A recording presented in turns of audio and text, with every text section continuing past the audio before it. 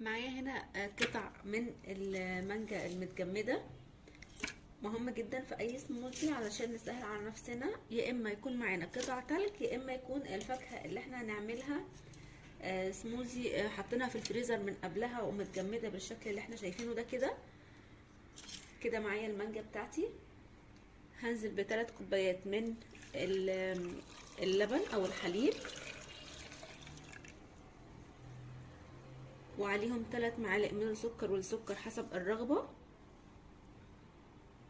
وكمان ربع كوباية من الحليب المكثف المحلى. هخلط كل المكونات دي كويس جدا في الخلاط.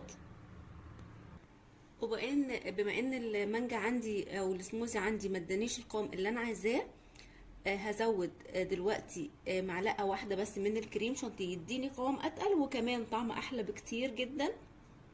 دلوقتي بقى السموزي